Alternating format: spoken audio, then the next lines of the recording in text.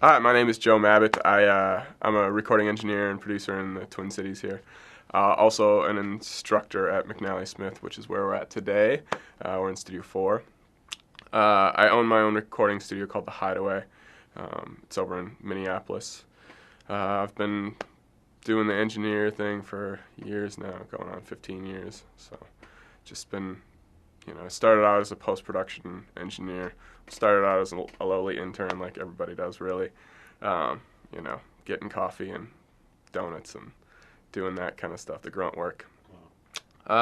Did that for, some months and got hired on at a studio called Trail Mix, which was a post house in town back in the day. Um, did a bunch of, TV and film work, a lot of mainly like jingles, things like that, some sound design work. And sprinkled some album recording in the mix as well at the same time. So and just did that for several years.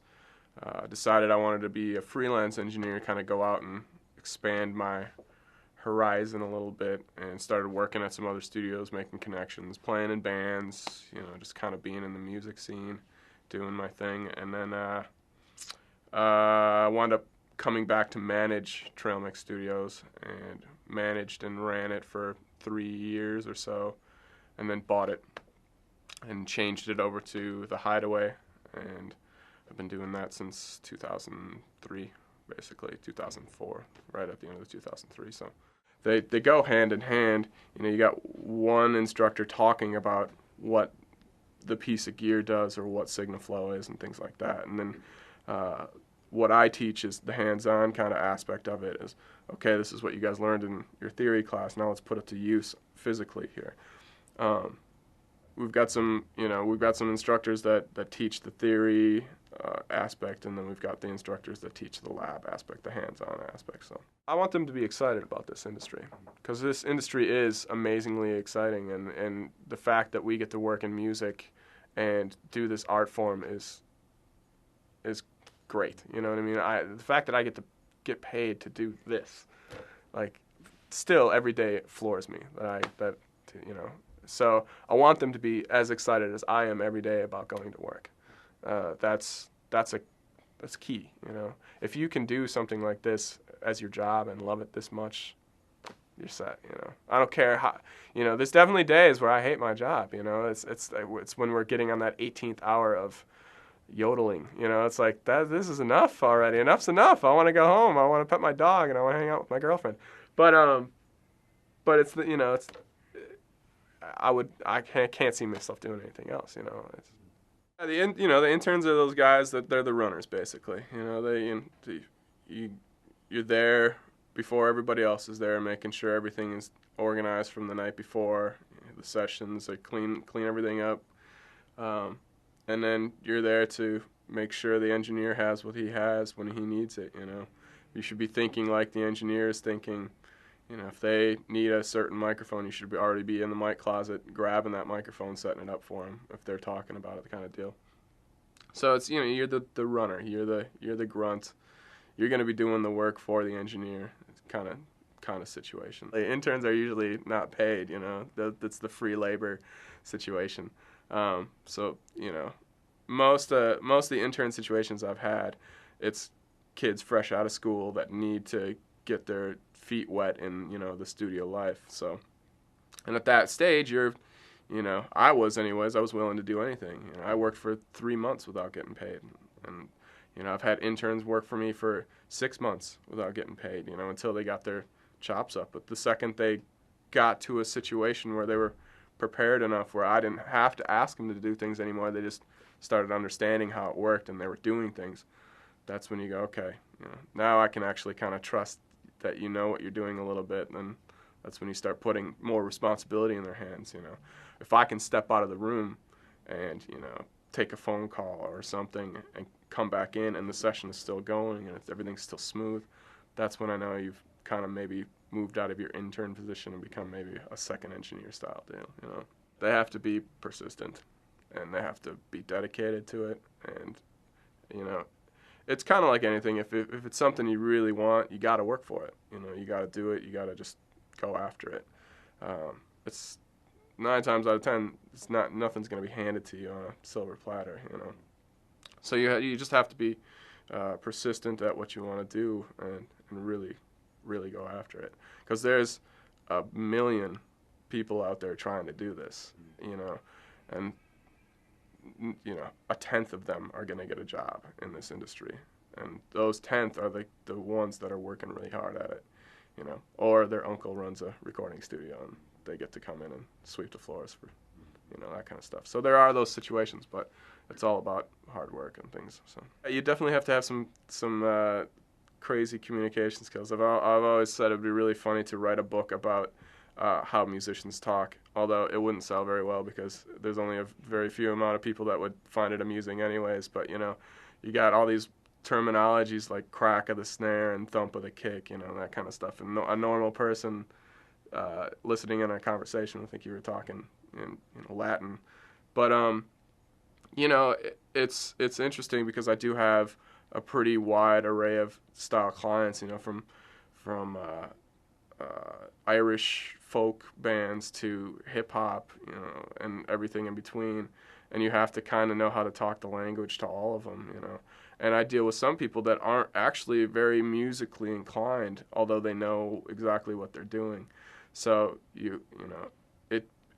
it gets down to a point where it's not even talking like technically about it, it's just talking emotionally about it and how it needs to come across and how it needs to be portrayed. So it's, I don't know, I think it's just about, if you have some kind of musical background, that's always a good thing because you're going to be able to sense where things need to go regardless, It's definitely, with the digital age, it's definitely a different deal, I work a lot more with people that may have started their project in their house, and then have brought it to me to do some final touches, maybe do some final recording and mixing at the studio.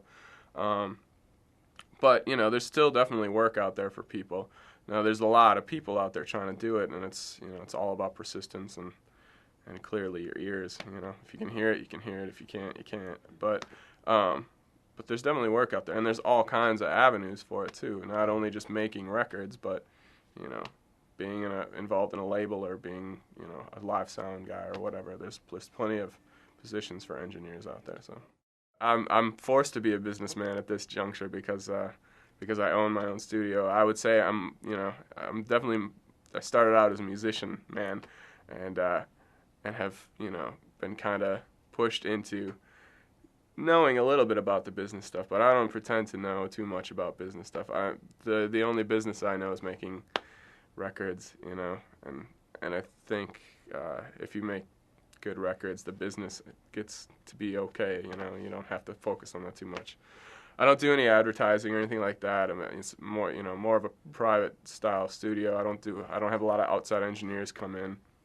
It's kind of more gauged towards how I like to work in my working environment. So, so I don't have to worry about that kind of stuff too much. And all my business is word of mouth. So, and it keeps me busy that way. And that's kind of the way I'd like to do it anyway. So it's just kind of a one-man band over there.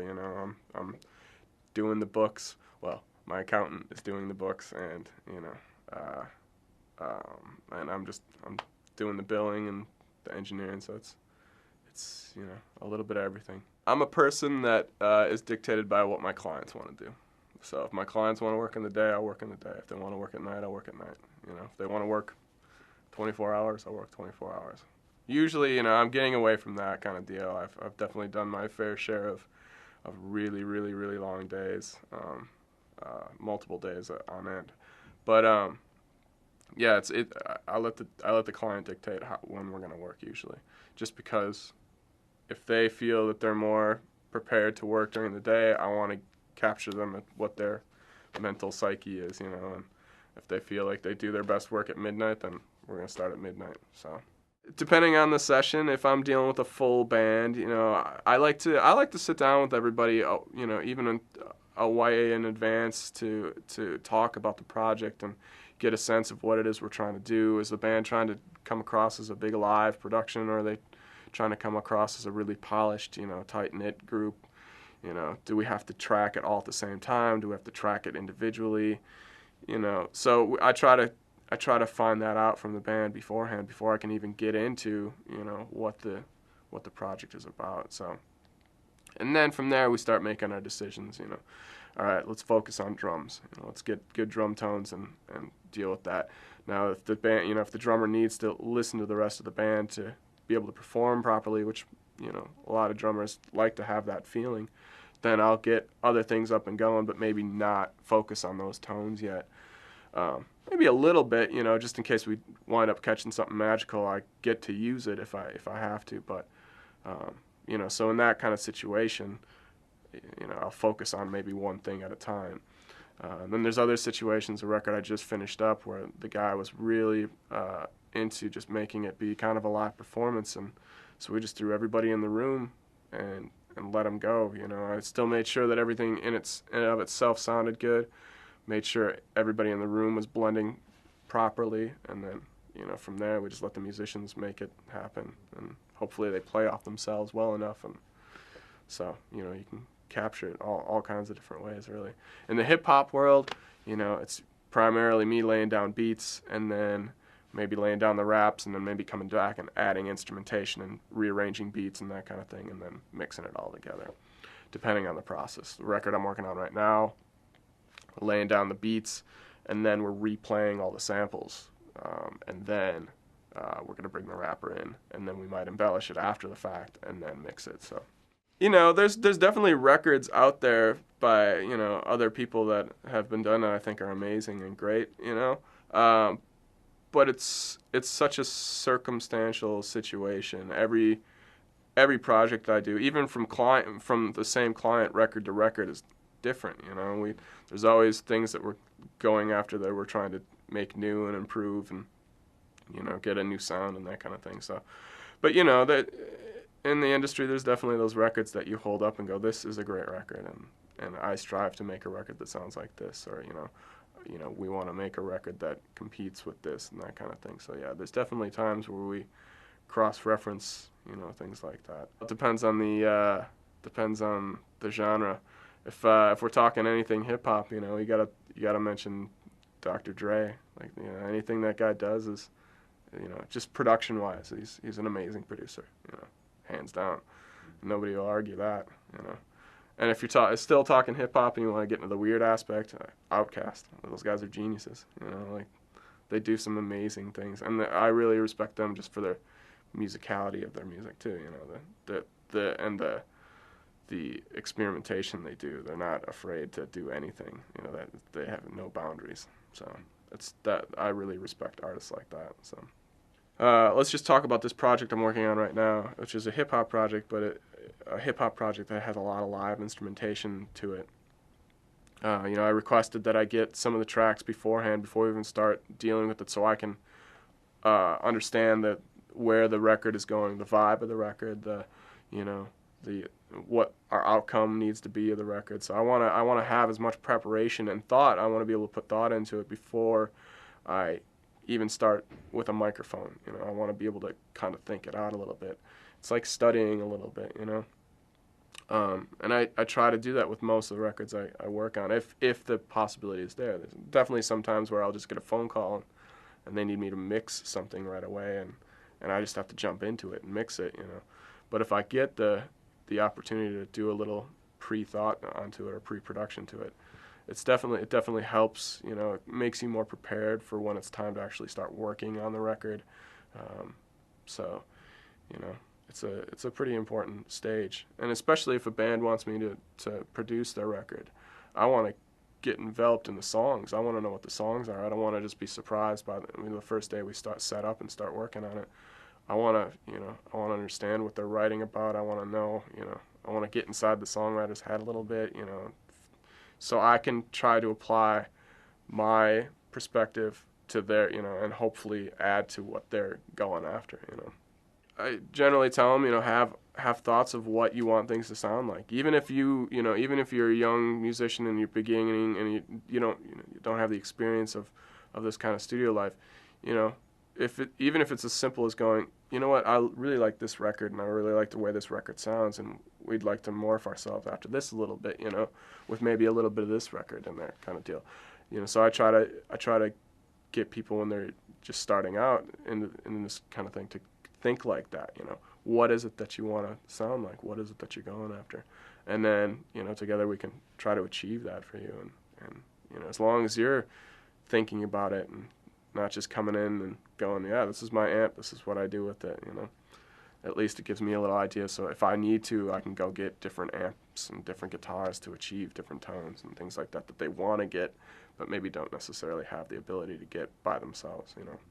Sometimes it's heat of the moment thing. Things change right in the middle of tracking, so you might hear something that you didn't think about when you were doing pre-production. They might hear something. You got to be prepared to roll with the punches too. And sometimes it just changes up right and all of a sudden you're off sidetracked and working on a B section to the song, and 2 hours later you got a whole new part to the song that is really great. So yeah, have your stuff prepared, but also be prepared to experiment a little bit and see what happens. I'm more of an album guy. I think in terms of album concept. I want the album to be a cohesive thing. I've never thought in terms of singles, and even records that I've produced, where it's become time to pick out that song. What's the song we're gonna push? Shoot, this is where I'm bad. This is where I don't shine. Because to me, and that's the other thing too, is I don't think about it that way. I just don't think about what's that one song that shines. I think about that song blends to that song really nicely, and it's a whole for me as opposed to that one gem that you pick out. Now, that being said, there's definitely times where you go, that's a hit. That's a song that's gonna catch on. And so.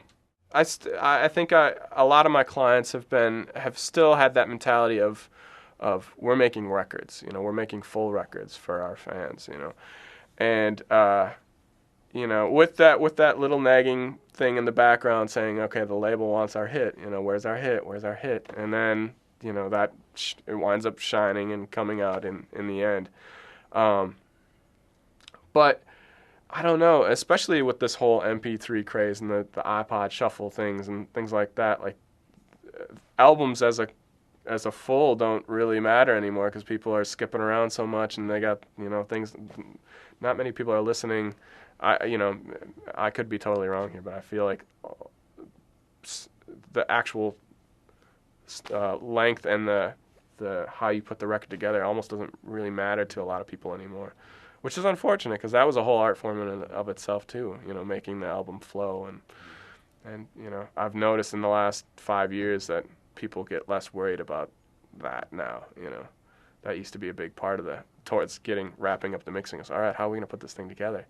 Just shuffling songs around until they all fit right, So, depending, it's all circumstantial, of course, but if I hear a part and I know exactly what I'm going after, I'll pick a certain microphone because of the sound of the microphone. I'll go after a certain preamp because of the sound of the preamp. So sometimes I'll even EQ it drastically or compress it drastically because I know that's where I want to wind up. Why not just do it? So there's something about that in the moment kind of vibe feeling that makes it fun and creative at the moment. And then there's times where I'll just let it fly, let the thing go, and know, as I'm thinking about it, okay, I know I'm going to do this in the mix, and then morph it in the mix. But as I'm recording things, I'm constantly thinking about things. I always have notebooks with me. I always jot down notes. I have every song gets a couple pages in a notebook, and I'm constantly jotting down things about, we should try this here. We should try this guitar here. While I'm working on something else, I might hear an idea, I might try to jot it down and go, we should try this guitar tone with this amp for this little part here. So in the recording stage, I'm doing that kind of pre-production mixing stuff already, even in mix notes and say, oh, maybe we should use a delay for this section or a reverb for this section or something like that, or I want to try this, and so I'm constantly just taking notes while I'm working on stuff. That's just kind of how I work, I'm going through notebooks like nobody's business. So it depends. 9 times out of 10, I'm by myself. I like to just I'm a weirdo when it comes to the mixing thing. I just get super involved and super. I let the whole thing just take control of me. Really, it's like this weird. I don't. It's if people were to watch me mix, it'd probably be a pretty funny thing. But I get up and I take laps around the gear desk and I listen to things and I go back and I sit down and I get back to where it's like a little mad scientist. I don't know. And then next thing you know, it's 8 hours later and I've gone through the whole day already. And so I think it would be embarrassing for people to watch me mix. So I'd like to mix by myself. But if a client wants to be there, then by all means, it's their music and and they're paying me. So yeah, of course you can be there. But most people that I work with, like I said, there's a lot of word of mouth kind of clientele. So most people are hiring me because of what I do. So they already have that trust factor with me. So that I get to work on things like I need to. And even if they want to be there, I'll make them leave the room for a couple hours. Go get out of here, because it's always nice to have that fresh pair of ears come in after I've been working on it for a while and go, okay, what do you think? And they go, yeah, it's great. What if we try this on the guitar, right here? And say, yeah, let's do it. Let's try that. So, but that's usually how I present it. Is I do a little bit of mixing, and then I'll get the client a mix, to where I'm ready to present it. Say, okay, this is where I'm at with it so far. Now let's take a listen to it, digest it, and then let's get back to it and hit it again. If I'm working on a metal record and I need to listen to like shrieking guitar tones a lot, I could get fatigued within a matter of 6 hours. I generally don't like to work any longer than 8 hours on a mixing session, just because at that stage, at the 8-hour stage, I feel that's when I start second guessing what I was doing 2 hours ago. But there's a flow that I get into, and I'm working, and 3 hours into it is when I'm feeling good about the drum tones, and I go, okay, let's get some bass going and some guitar going. So it takes a while, to get feeling good about the whole essence of the mix. And then, usually what I like to do is, if I'm doing a mixing project and it's for an entire record, I try to book out as much time as I can, block out a bunch of time, and that way I can leave the mix up on the system, come back in the morning with fresh ears, hit play, listen to it. Okay, I gotta tweak this a little bit. Then that's usually when I make my mix down, and then that's when I present it to the client. Both, a lot of soft. I do a lot of mixing on NS10s, and a lot of mediums, kind of softer, and then I'll pop it up to some bigger monitors and listen to it loud, with the subwoofer kicking, and hear what it sounds like if somebody's like really kind of just rocking out to it, and then get right back down to the small speakers and make tweaks, So it just depends. Sometimes I'll have clients in there that want to hear it loud all the time, and those are the days that are painful on the ears, and that's those days become shorter. So I'm never finished with a mix. I'm finished with a mix when I just have to let it go. That's the biggest problem of myself, I think, and probably pretty much anybody in this industry. I rarely can listen to a record after I'm done with it.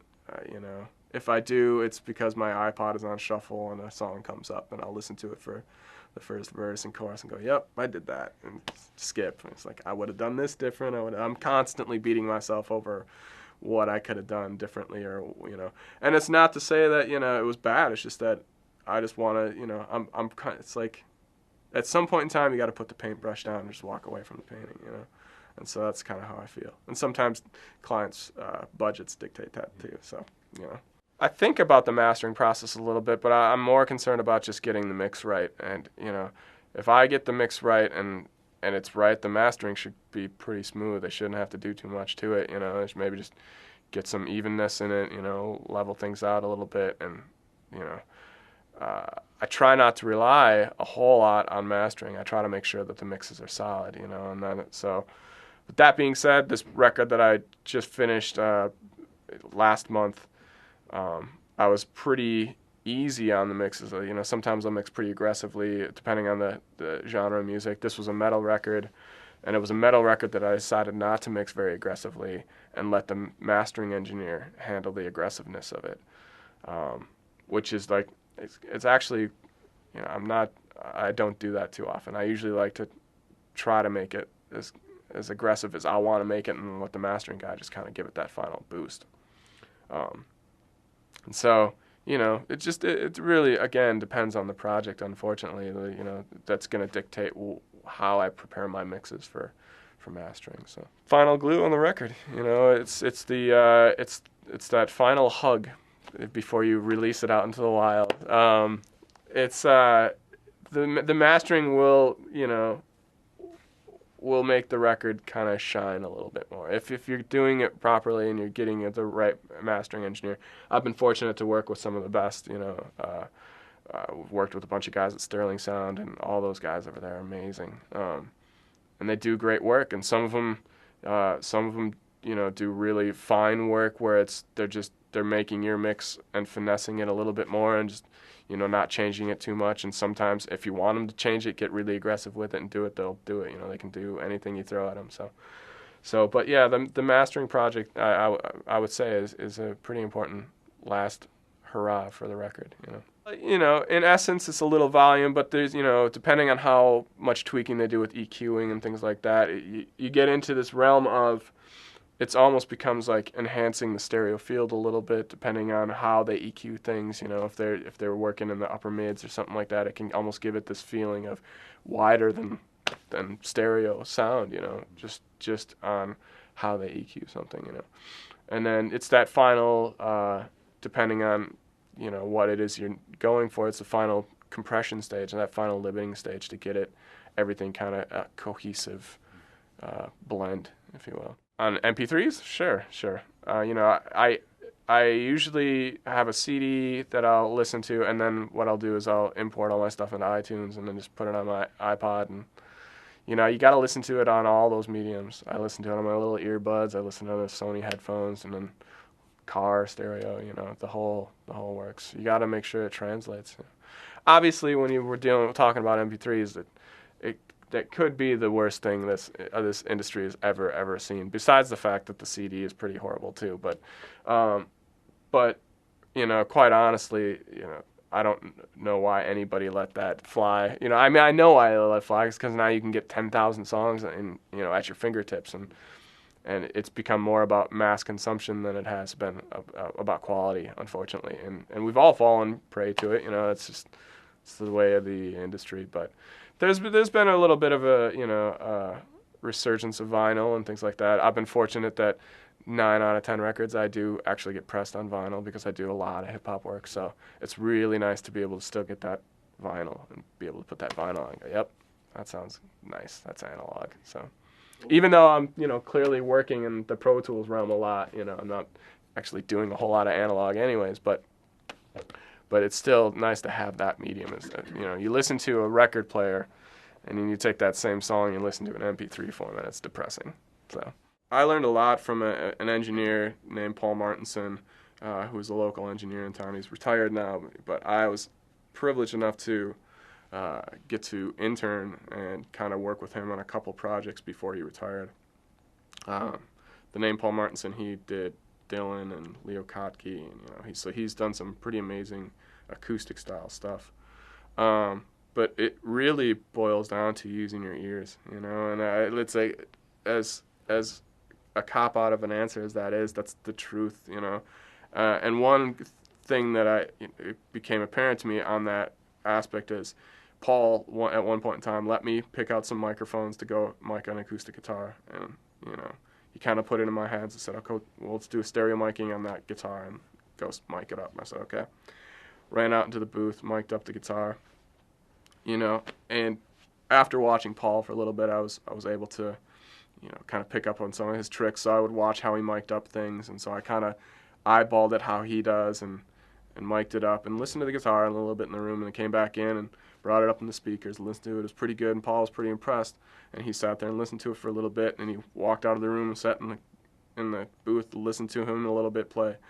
And I swear to God, all he did was move a couple microphones like within 2 inches, and all of a sudden the sound just came alive in the speakers. I was like, oh, he's got me, you know.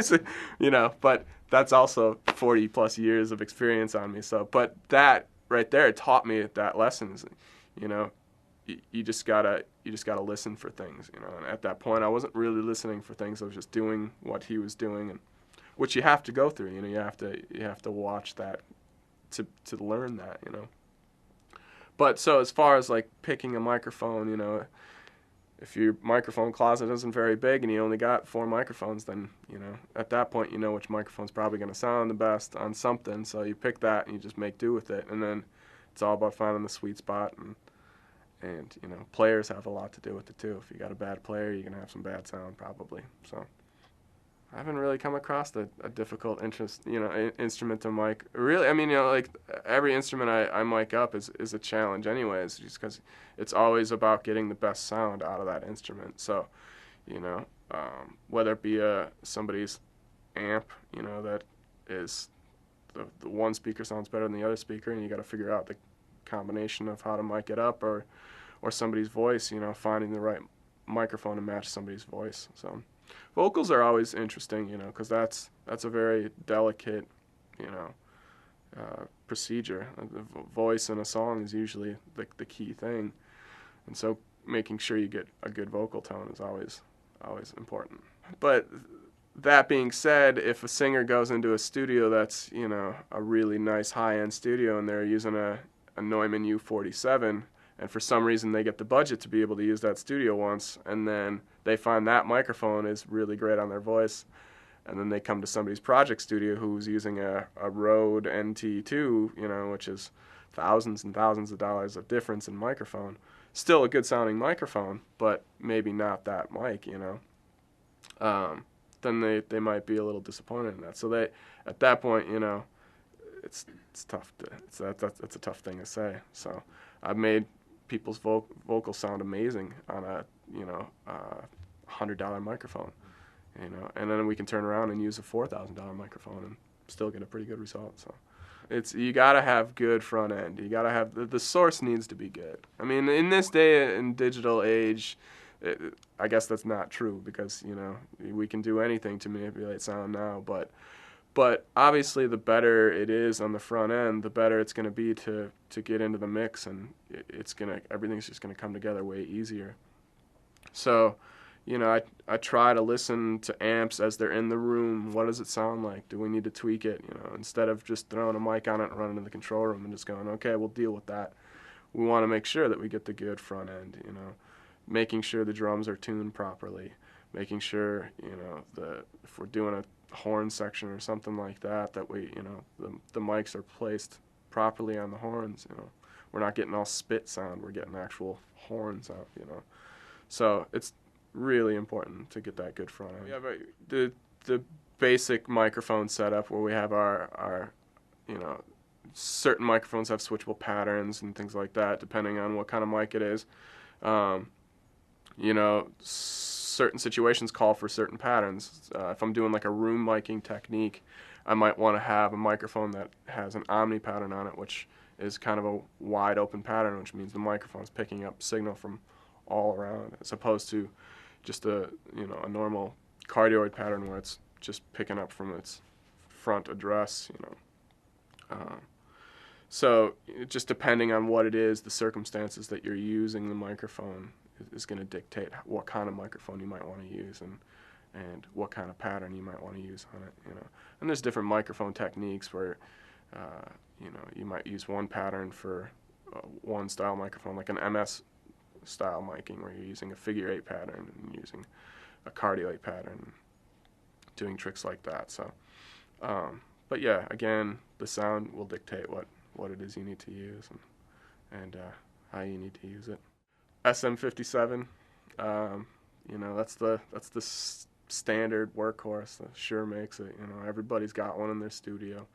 It's a $90 microphone that can, you know, take a beating.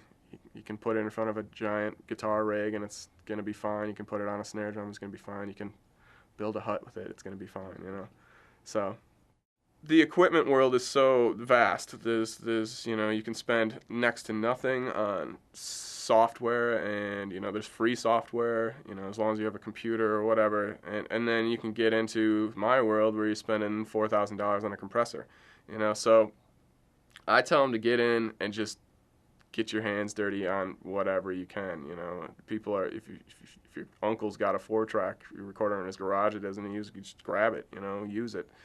It's all about tools, whatever you can have at your fingertips to use it, learn it, figure it out, make it work for you. If you hear something that you want to hear, that's what it's about, is figuring out how to use the tools you have to make it work for you, So I don't really tell them to anything specific to buy, because there's so many things out there, and at this stage in my life anyways, I'm so focused on the gear that I have and the gear that I know I need still and things like that, that I'm kind of out of that world of the small little pieces, and the weird software that is free and stuff like that. So I just, I tell them to experiment and don't spend a lot of money right now, because that'll come when you actually get a chance to make money. That's when you start spending your money. So it has become a pretty industry standard deal, and I got into Pro Tools quite a while back.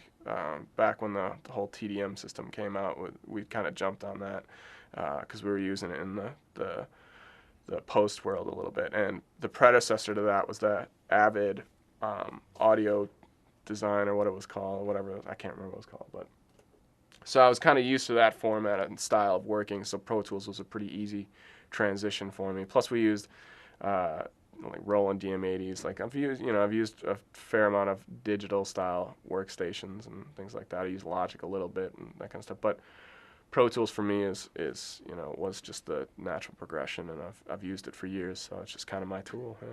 We're looking at a D command from DigiDesign. Again, we're in Studio 4 here at McNally Smith. We got blue sky monitors in here. To be honest with you, I don't really work in this room at all. Actually, this is a room for third semester students that, and I don't really teach any third semester classes. I kind of get the students as newbies. I get first semester and second semester kids, and where I teach is on an analog board. I teach on the Trident Series 80Bs, which are amazing, great old school consoles that sound great, and it's funny because we get kids in that probably don't appreciate the greatness of that stuff, you know what I mean? They're excited about getting their hands on that kind of equipment and that kind of stuff, but it's funny, 10 years from now they'll understand, like, man, I learned on a Trident, that's pretty cool, So we teach on that, and then we teach on the SSL Duality, which is another amazing console, It's got that SSL sound, and the Duality is pretty cool in the fact that it's a control surface as well if you want it to be so. But in here, this is the D command, so let me get this up and running. And I'm going to pull up a project right now that I'm working on by an artist named Brother Ali, working on his record right now. I'm into my second week on it right now. Let me, before we actually get into this, let me just explain the process of what I'm doing with this particular record. So again, this is the Brother Ali record that I'm working on right now. Hip-hop artist on Rhymesayers label. Basically what we're doing is, how the producer works is he samples records. He scours the record bins for obscure records and things like that, and finds just a little bit of chunk of something that is great, and makes a loop out of it, and then adds his own elements to it, drums to it. What we've been doing lately is, because some of these artists are getting a little bigger, we want to try to get away from sample clearance. We don't have to deal with that. So one way to get away from that is to just not have the sample in there anymore, to replay the sample. That way we don't have to deal with sample clearance. We have to deal with other issues at that point. But so at this point, our job is to take this track and basically replay the sample that comes off the record.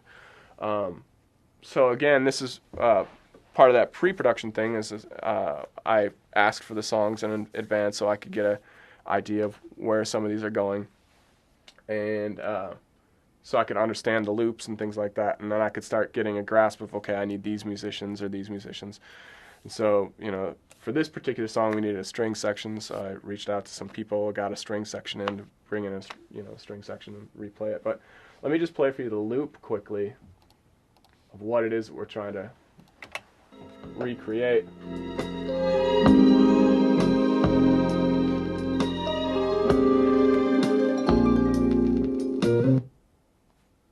Elastic audio. So you get the idea anyways. It's that kind of nice mellow string section. So I'm going to mute the loop and just kind of show you the different elements. Then we go down here, we actually have the strings re-recorded.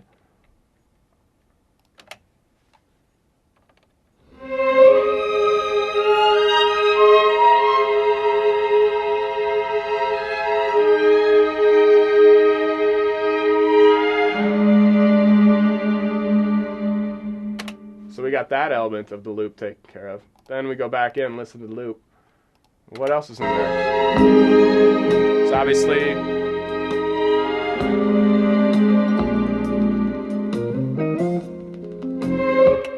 there's lots of things in there. You know, I kind of go in and just dissect it. Well, there's clearly drums in there. There's a Rhodes in there. There's a harp in there. There's some guitar in there. So at that point, you know, we start chiseling it out. We got the strings handled. Then I'm going to go in and I'm going to record the drums. So we set up a little live kit. Now we get the drums going in there as well.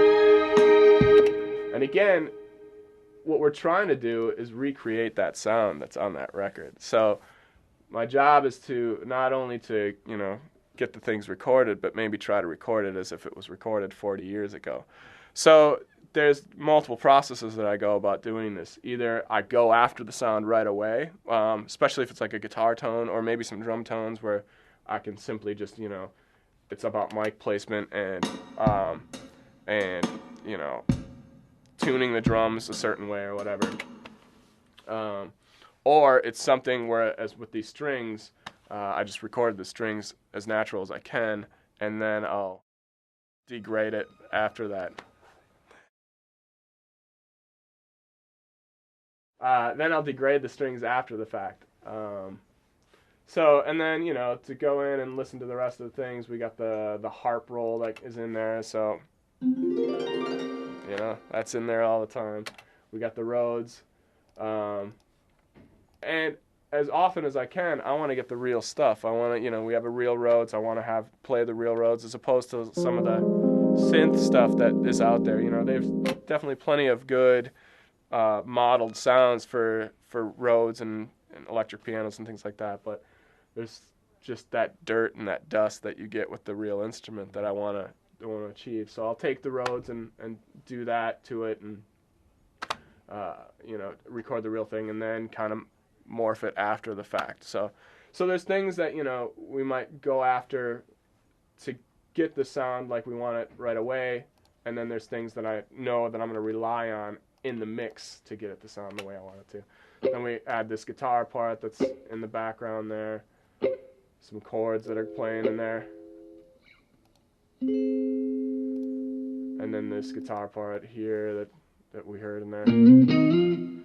So all those elements are in this particular loop.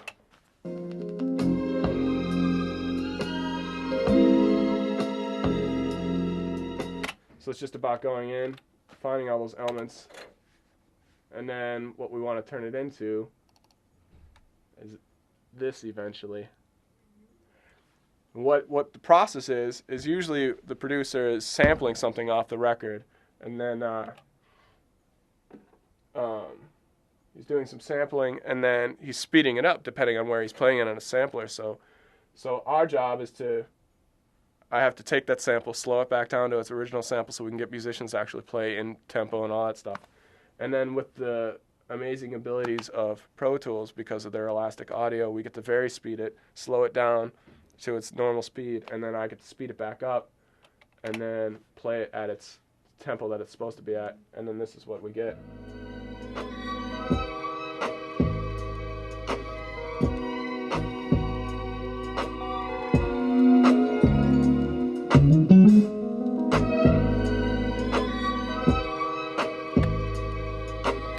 that's how we kind of remake the loop, basically. Because there's a certain, this in particular, this is some of the most challenging work that I have to do, is to recapture that sound, and that sound is what made the artist, the rapper, fall in love with that track. The producer's producing tons of beats and making tons of songs, but for some reason, the artist picked this track because it has a certain emotion to it. It's got a certain vibe to it.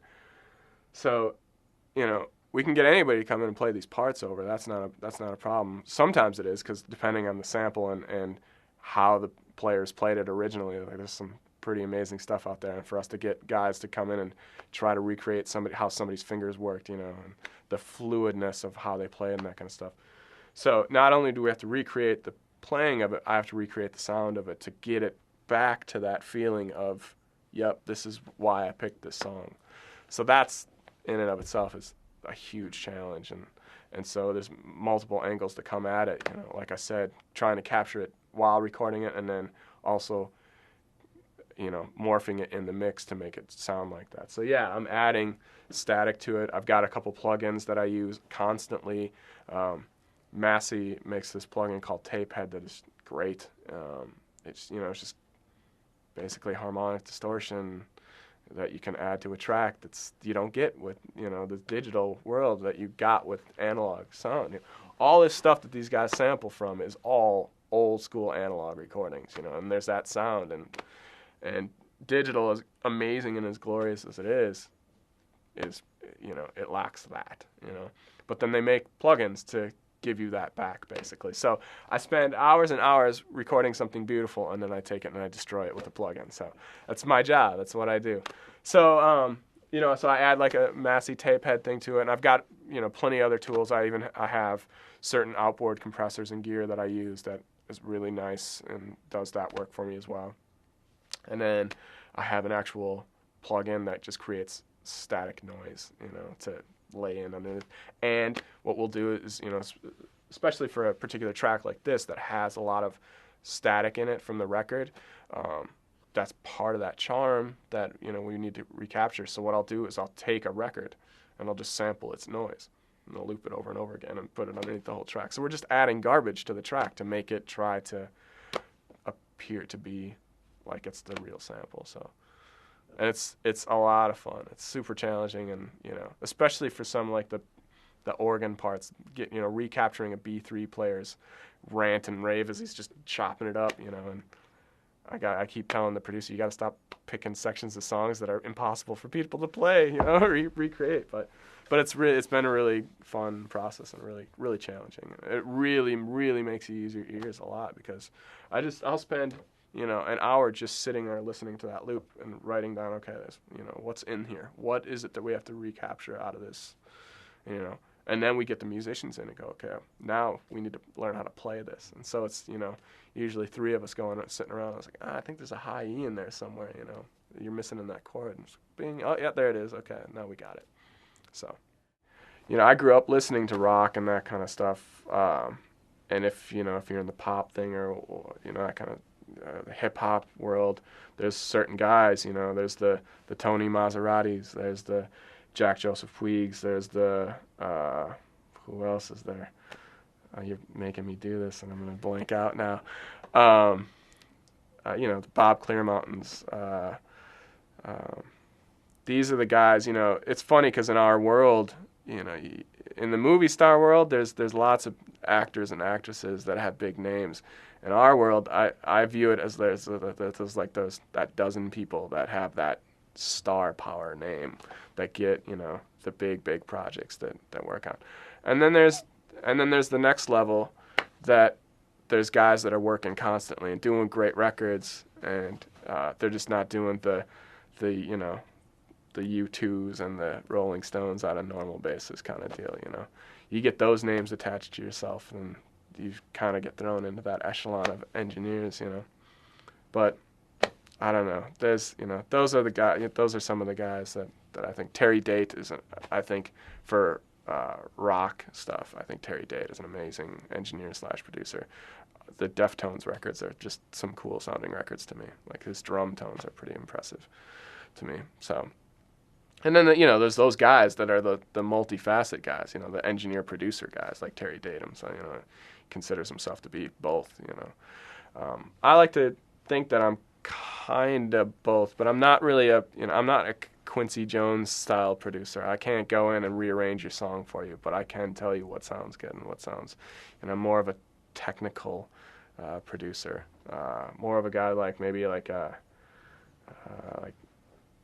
what's the guy's name? Chad Blake, is it that his name?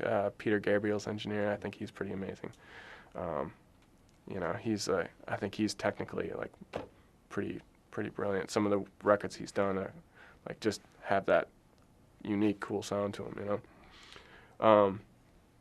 So, but then there's the stuff, the guys that mix all the big records like No Doubt and and all those kind of big pop records, Britney Spears and Justin Timberlake's and those things, those guys that have that sound, the Tony Maseratis and I feel I'm pretty good at all of them. I haven't delved too much into the world of jazz that much.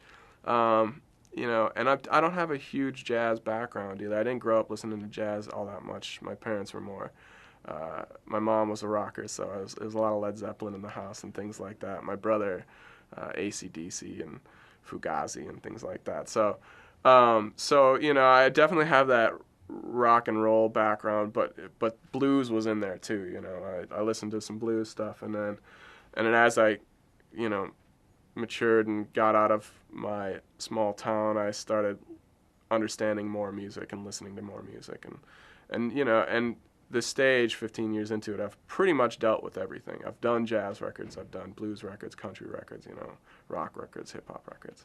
So I've kind of run the gamut on things, and I'm pleasantly surprised with everything I've done, even at a young stage and up till now, so I feel like I can handle anything that's thrown at me. And it's not, I don't really try to boil it down to a genre either. I just try to take it as the project and what is they're trying to achieve. That's always my goal, is just try to make the client happy and get what the sound they want, You got to have some kind of musical background, I think, to understand and to appreciate it, to really get the sense of what it is that people are trying to achieve. If you understand music a little more, then I think you'll be able to come across a little better, and you'll be able to translate it and to understand what they're going after too. A good producer is somebody who knows exactly what they want and what they, how they want it to come out, and is able to translate that and get that out of the musicians. That's the producer to me. That's a good role of a producer is getting that project, getting that project done. And engineers are engineers. Their job is to get the sounds. The producer's his job is to think of the sounds. And think of the project as a whole, kind of deal. So I think I do. Yeah, I think I have. I think I have my style. I think I have my characteristics to my mix. People have told me that they can tell my mix when they hear it on the radio now. So I think. I guess I don't really think about that too often, but it must be apparent. I think that's why people hire you.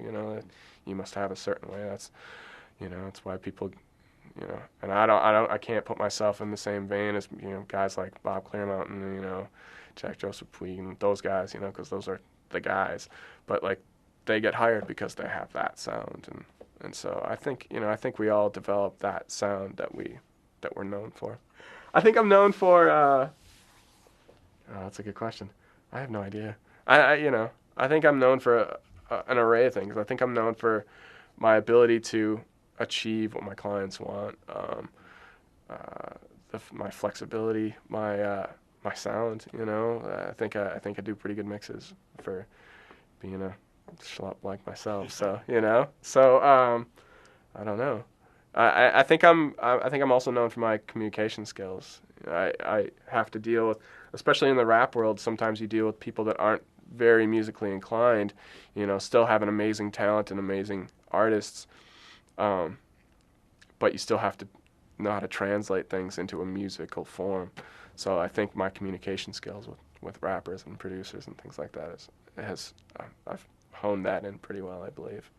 I see myself, I'm constantly evolving. I'm constantly, changing my sound. Every record I do, I got to outdo the last one I did. So in 5 years, I hope to see myself doing as, greater things as I'm doing now, even on a better, bigger level. So. Well, thanks for talking. Yeah, thank you for having me. I appreciate it. All right.